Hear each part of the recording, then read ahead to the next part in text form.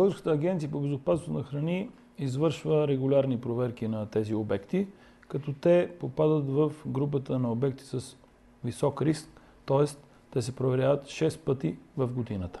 Тази висока кратност се налага от факта, че в тези обекти се хранят деца, а децата са с повишен риск и това налага тези чести проверки. Какви са резултатите?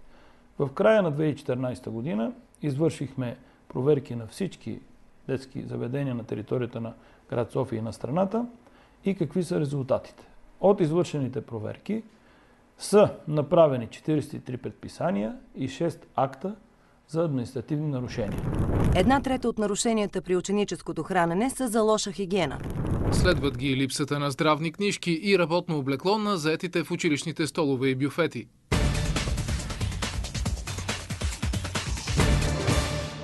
Учениците вече се раздвижват. Започват белите и зелените училища, наближава априлската ваканция и много родители са неспокойни за здравето на децата си, тъй като миналата година имаше случаи на хранителни отравяния в лагери. Да, това са традиционни форми на обучение на децата по време на ваканции и ние сме изградили много добра организация. В какво се изразява тя? Всяко училище, което организира подобно мероприятие, предварително информира областната дирекция по безопасност на храни, там където ще бъде проведено това училище, и в резултат на това уведомление наши служители извършват предварителна проверка на обекта, която се изразява в инспекция по всички линии. Хигиена, здравни книжки на персонала, входящ контрол, състояние на обекта. Така че с тази превантивна дейност ние целиме да не се допускат нежелани или в някакви вредни състояния при децата, които да доведат до някакъв повишен риск. Но искам да обърна внимание на един друг фактор и да бъдем обективни, когато такова нещо се случи. И ви давам следния пример. Може всичко да е окей, храната да е окей, оставят проби и контролираме ги и така нататък. Но аз ви давам така пример. Децата ходят на поход в планината, изпотени, изморени и по време на този поход пият вода от неизвестен водоизточник, студен поток или рекичка.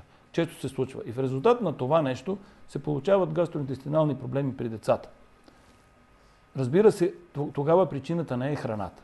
Причината е този водоизточник или физиологично състояние на детето. И когато се случат такива неща, не трябва да се правят прибързани изводи и заключения, че видите ли, храната е причината. Винаги има и някакви други фактори. И моят апел е, когато се случат такива неща, да не избързваме с заключенията, а да бъдем обективни, когато правиме такива изводи. На родителите бяха обещани промени в изискванията, така че на учениците да се осигурява здравословна храна. Наредба 9 касае храненето на децата и учениците и тук се направиха значителни промени. Кое е новото? Новото е, че вече се допускат само храни по стандарт. Тоест, стандарт България за хляб и хлебни, стандарт Стара планина за месо и месни, БДС за млечни и стандарт за лютеница. Второто ново е, че тези производители трябва да бъдат на територията на България.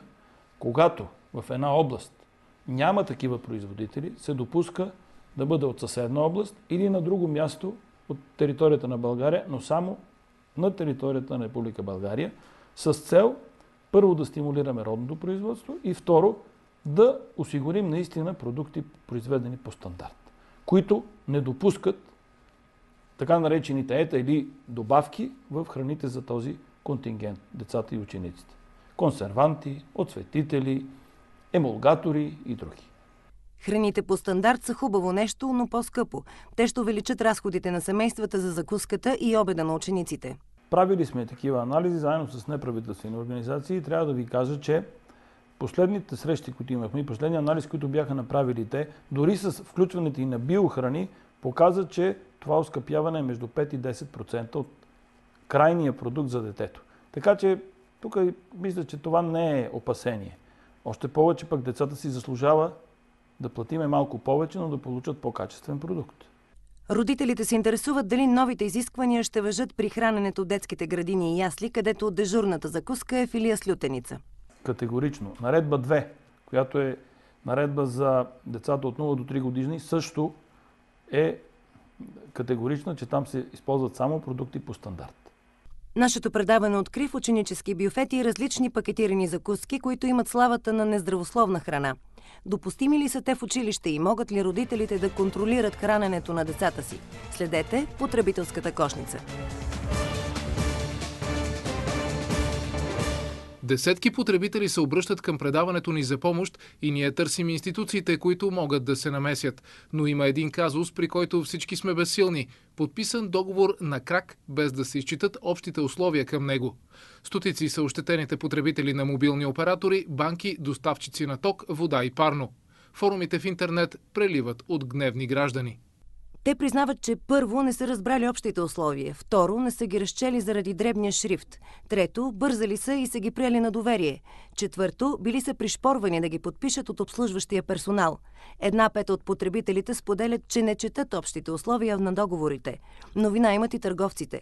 Проучване на Комисията за защита на потребителите на общите условия на банките е открило проблеми при половината от тях. Една нова услуга е на път да ни избави от теглото нечетливи и бързи документи.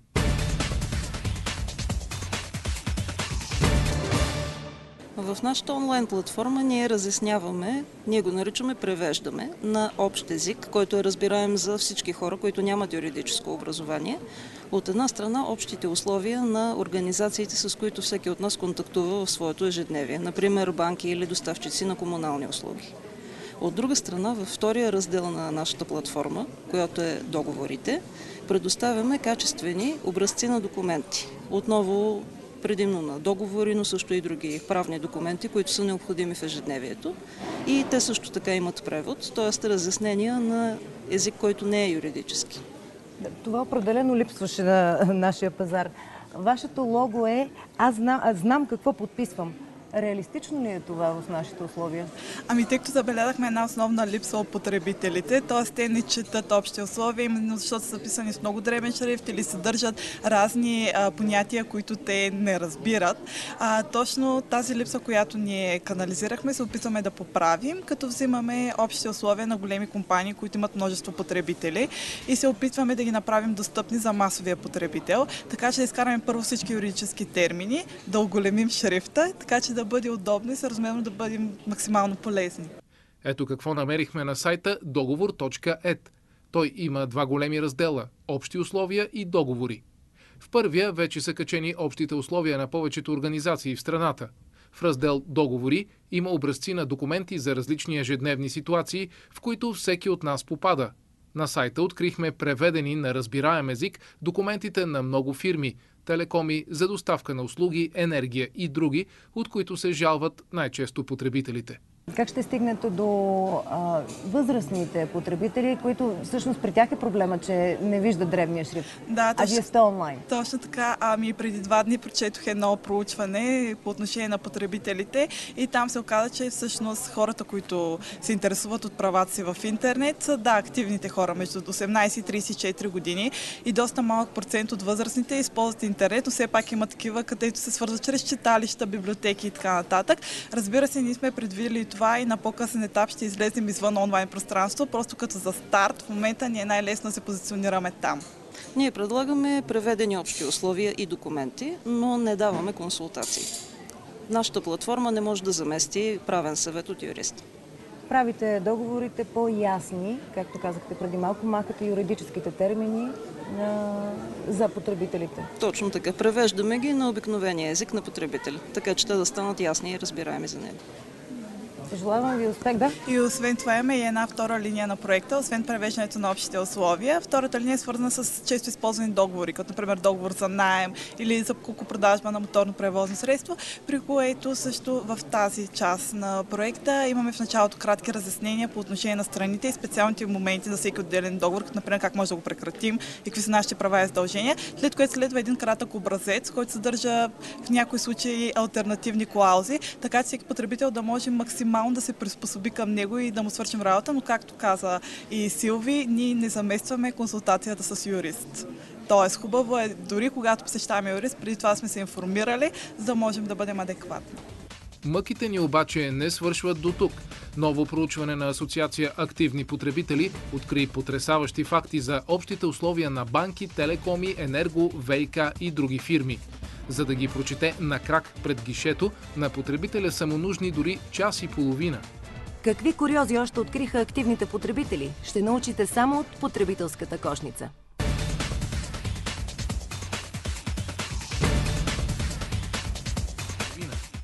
Много пъти в нашето предаване сме проверявали сигнали на зрители за анонимно месо по магазините.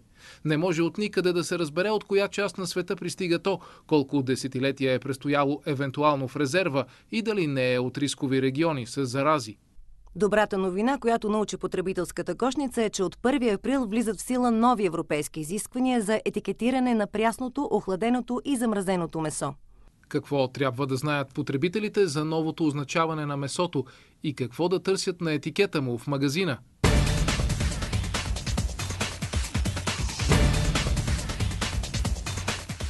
Да, наистина от 1 април тази година влизат в сила новите изисквания и започват да се прилагат новите изисквания на регламент 1337, който изменя основния регламент 1169 за предоставяне информация на потребителите по отношение на храните.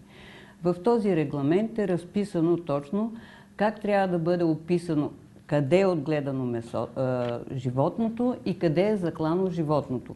Като в регламента се въвеждат допълнителни изисквания за свинско месо, за птичето месо и за месото от дребен рогат добитък от овце и кози. За свинското месо има изисквания за отглеждане на месото и как трябва да бъде етикетирано. Когато свинското месо е добито от животно, което е достигнало тегло над 80 кг, на етикета трябва да бъде посочено държавата, в която е отглеждано последните 4 месеца. Ако животното е достигнало 80 кг и е над 80 кг, но е отглеждано по-малко от 6 месеца, на етикета трябва да бъде описано държавата, в която е отгледано, след като е достигнало 30 кг тегло.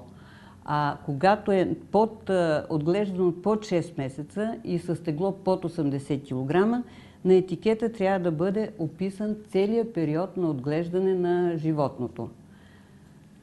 Освен това, за овцете и за козите, дребния рогат добитък, на етикета трябва да бъде описано държавата, в която е отглеждано последните 6 месеца. А ако е заклано животното на възраст под 6 месеца, държавата, в която е отглеждано животното през целия период от тези под 6 месеца.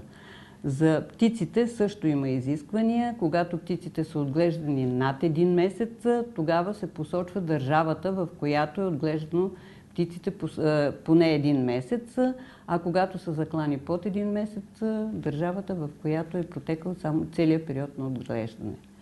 За заклано трябва да бъде посочено заклано в Европейския съюз, дали е заклано в държава членка и дали е заклано в трета страна.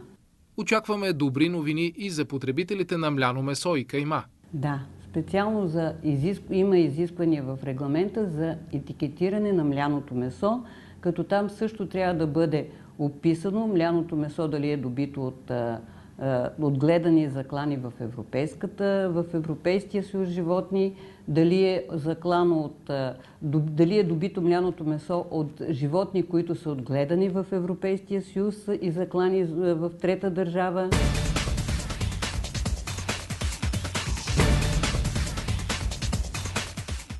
Проучване на нашето предаване показа, че пакетираната кайма е истинска черна дупка за потребителите. Какво и по колко съдържа тя, откъде и какво е вложеното в нея месо, все въпроси, на които потребителят не намира, но чака отговор. Каймата е местна заготовка. Това е продукт, получен след преработка на месото в регламент 1333. В регламента, който е за добавките в храните, има описани кои добавки, кои ета могат да бъдат влагани при производството на каймата. Също така в регламента има изисквания, когато са вложени в регламента за информацията на потребителите, има изисквания, когато са вложени други протеини, освен основния животински протеин, който е от основната съставка, също да бъдат описани на етикета. В регламента и все още и в европейско и в наше законодателство няма изискване да бъдат посочени основната съставка да бъде над 50%. Има изисквания да бъдат коректно изписани съставките, които са вложени в тази храна, и те трябва да бъдат изброени в низходящ вид. По-нетърпеливите потребители вече се оглеждат на пазара за агнешко месо. Какво ще промени при него новият регламент? Ще има ли достатъчно прясно месо на пазара и как да го разпознаем? Да се надяваме, че ще имаме достатъчно и българско месо. Следете потребителската кошница и специалната ни рубрика за Великденския пазар.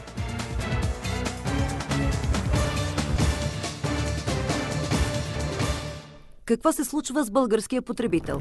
Лихвите по депозитите втора година падат, а той продължава да трупа пари в банките. През януари са внесени нови 724 милиона лева. Спестяванията на домакинствата вече гонят 40 милиарда лева.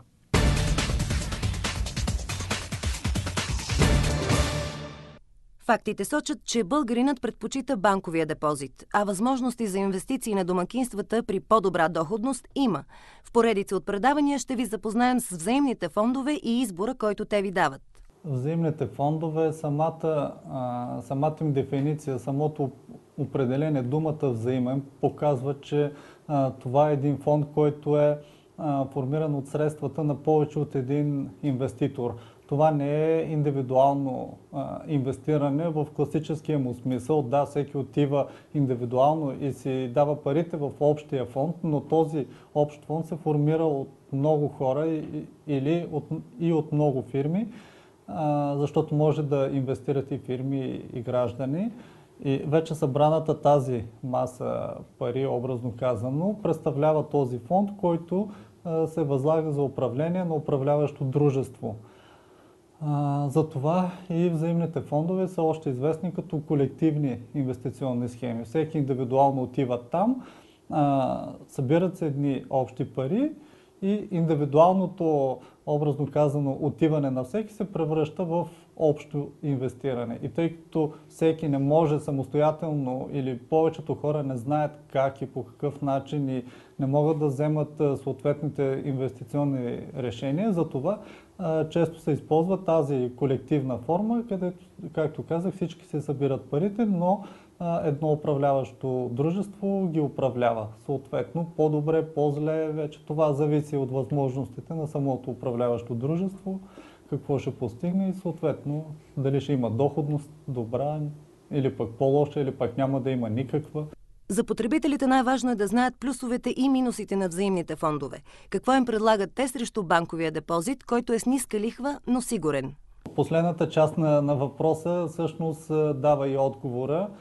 Депозитът в банка е сигурен, но, както казахте, и ниско доходен. Особено пък в момента, когато доходността от депозит е на много ниско вече ниво и дори от ниското си ниво продължава да намалява.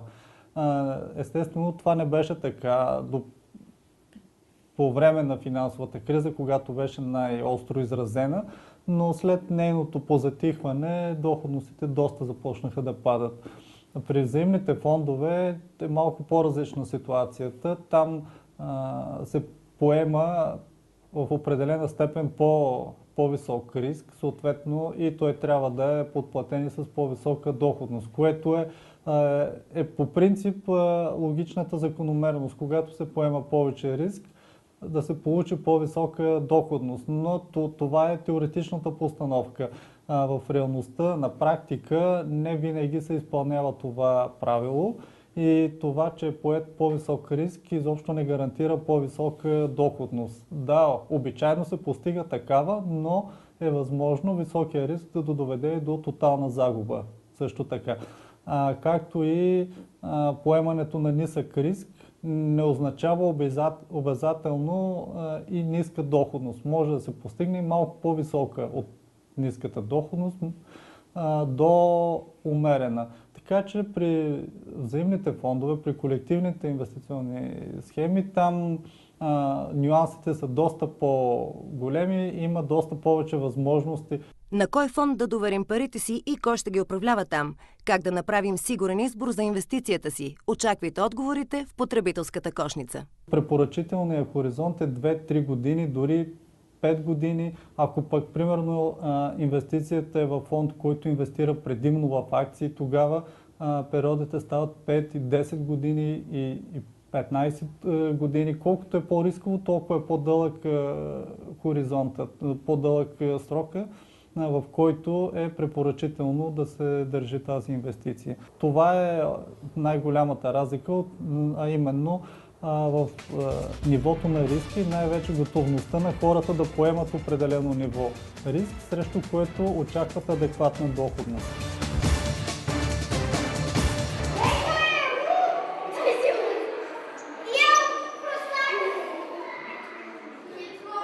Тук сме, за да ви представим какво представлява, за да ви обясним какво е това НАП, с какво се занимават данъчните. Всички сте чували за данъчните, всички ни представят като много лоши. Сега ще ви обясня какво се занимаваме, какво правим. Може би се запитвате какво данъчните събират данъци. Но знаете ли какво представляват данъците? Някой знае ли какво са данъците? Данъците са задължения на всички граждани. Но това е, данъка е нещо, което ние плащаме. Тоест, нас се удържа някаква сума, някакви пари. Като важно да запомните, че данъка е нещо, срещу което ние не получаваме никаква облага. Няма нещо в замяна. Тоест, държавата прибира от нас едни пари и ние пряко не получаваме нищо. Защо ви казвам да обърнете внимание? Защото след малко ще говорим и за здравните осигуровки. И ще направим разликата между осигуровките и данъците. От началото на годината Националната агенция за приходите започна втория етап на кампанията си «Влез в час с данъците». Този път под мотото «Парола касова бележка». Служители на агенцията ще посетят близо 120 училища в цялата страна, а състезанието «Кой ще събере и регистрира повече касови бележки» вече излъчи първи шампиони. Парола касова бележка. Касовата бележка е паролата за твоето участие в яката игра, в която можеш да спечелиш таблети, фотоапарати или PlayStation. Вземи своята касова бележка от магазина, регистрирай номера и онлайн и си вътре в играта. Парола касова бележка. Влез в час с данъците. Определено проявяват активност, тъй като за материала, който им поднасяме, е доста достъпен. Говорим за неща, които ги вълнуват или до голяма степен ще предстои да ги вълнуват, задават въпроси и човек се чувства много удовлетворен, когато вижда, че получава обратна връзка от тях, задават въпроси, питат, като най-често стават доста изненадени, когато им разкажем, че за да работят и нямат 18 години, трябва да се иска разрешение от инспекция по труда. Явно имат доста некоректни работодатели.